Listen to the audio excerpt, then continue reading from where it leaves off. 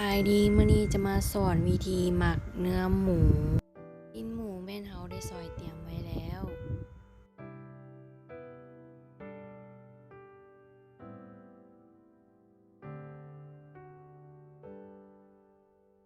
ใส่กระเทียมที่ตำไว้เพื่อเพิ่มความหอมของกระเทียมปรุงรสด้วยซีอิ๊วขาว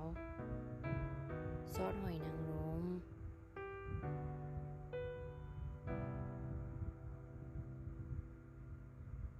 เกลือเล็กน้อย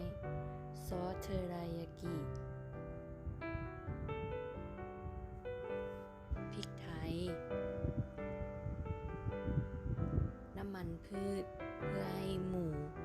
บ่แห้งใส่น้ำตาลปี๊บคนส่วนผสมทุกอย่างให้เข้ากันแล้วหมักทิ้งไว้